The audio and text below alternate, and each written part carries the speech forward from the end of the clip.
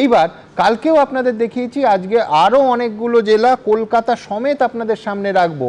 তৃণমূল এবং বিজেপি প্রধান মানে শাসক এবং প্রধান বিরোধী দলের ফারাক কত ছিল এবং সেই জেলায় কতজনের নাম বাদ গেল। খুব ইন্টারেস্টিং, যেটা আবার বলছি, কোনো কনক্লুশনে ঝাঁপিয়ে পড়বেন না, সিদ্ধান্ত নেওয়ার সময় আসেনি, সিদ্ধান্ত আবার আপনারা নেবেন, কিন্তু আমি এই ডেটাটা রাখলে বুঝবেন যে কোথায় হিসেব পাল্টাতে পারে, কোথায় পাল্টানোর সম্ভাবনা, কত শতাংশ কোন দলের সমর্থকের নাম বাদ গেছে আমরা কেউ তো জানি না, কিন্তু এই জেলাওয়ারি তথ্য অত্যন্ত চিত্তাকর্ষক, সেই গ্যারান্টি আমি দিচ্ছি।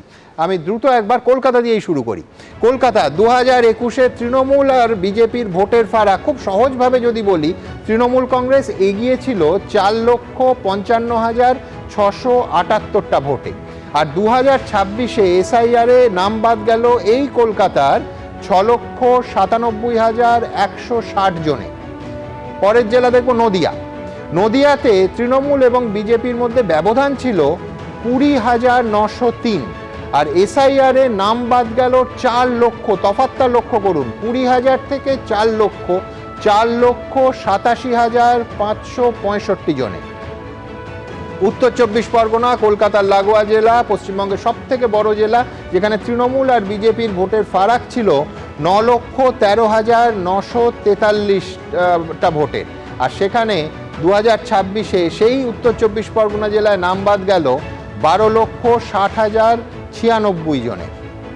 হাওড়া, কলকাতা লাগোয়া হাওড়া, যেখানে তৃণমূল কংগ্রেস এগিয়ে ছিল, অর্থাৎ তৃণমূল আর বিজেপির মধ্যে ভোটের ফারাক বা ব্যবধান ছিল 4,54,873, আর সেখানে এসআইআরে নাম বাদ গেছে 5,95,916 জনে। উত্তর দিনাজপুর, যেখানে তৃণমূল আর বিজেপির ফারাক ছিল, ভোটের ব্যবধান ছিল 2,74,944, আর সেখানে এসআইআরে নাম বাদ গেছে 3,63,646। পরের জেলা দক্ষিণ দিনাজপুর। দক্ষিণ দিনাজপুরে তৃণমূল আর বিজেপির ভোটের ব্যবধান ছিল 44,945, আর এসআইআরে নাম বাদ গেছে 1,79,555 জনে। পূর্ব বর্ধমান, যেখানে তৃণমূল আর বিজেপির ফারাক ছিল, তৃণমূল এগিয়ে ছিল 2,75,905, আর এসআইআরে নাম বাদ গেছে 4,35,864 জনে।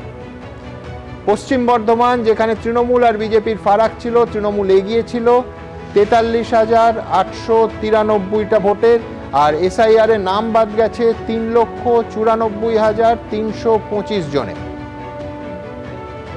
পশ্চিম মেদিনীপুর, যেখানে ব্যবধান ছিল তৃণমূল আর বিজেপির 2,04,064টা ভোটের, আর এসআইআরে নাম বাদ গেছে 2,73,707 জনে। হুগলি, 2021-এ তৃণমূল এবং বিজেপির ভোটের ব্যবধান ছিল 2,79,890টা ভোটের, আর সেখানে এসআইআরে নাম বাদ গেছে 4,68,939। মানে আমি বলছি বিপুল বিপুল ফারাক আছে অনেক জেলায়। যেটা বলছিলাম সুমনদা, যে এই পার্থক্যটা যদি অন্য ভেরিয়েবলগুলো কনস্ট্যান্ট থাকে, এই দেখা যায় যে বিজেপি অন্যবারের মতন আবারও 38 বা 39% ভোট পেয়েছে, তৃণমূলও প্রায় একই সংখ্যক ভোট পেয়েছে। তাহলে আপনাকে আমি গতকালই বলেছিলাম এসআইআরের প্রভাব কিন্তু বিজেপির পক্ষে যাবে। তাহলে কিন্তু আমি আপনাকে বলছি তৃণমূল আর বিজেপির মধ্যে একদম ক্লোজ লড়াই হবে। কারে তাতেও আমি বলছি যে বিজেপির 147 আমার হিসাবে হচ্ছে না, 135-এর মতন হচ্ছে।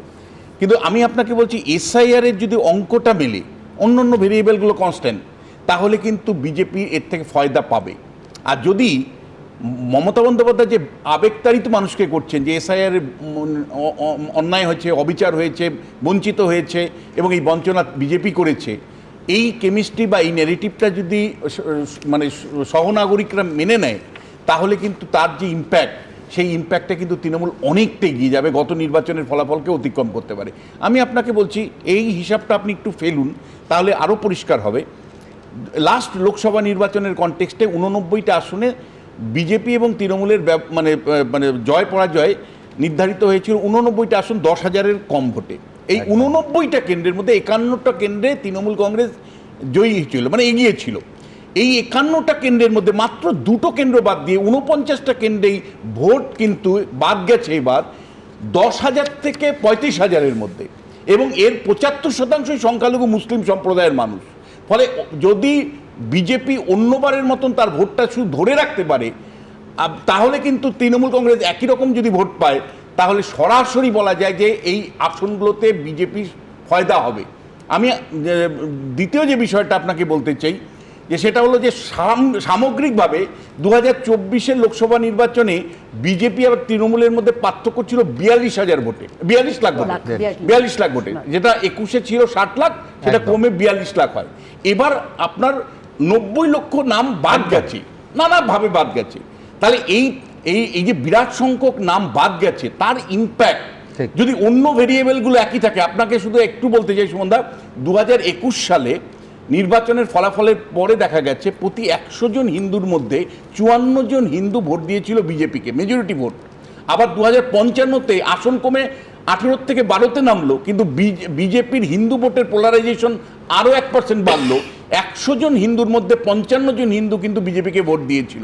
এই ধারাটা যদি তারা শুধু ধরে রাখতে পারে, না বাড়ানোর দরকার নেই, তাহলে যে ভোট কেটেছে তাতে কিন্তু তৃণমূলের যথেষ্ট অস্বস্তির কারণ আছে। বেশ, এবিপি আনন্দ, এগিয়ে থাকে, এগিয়ে রাখে।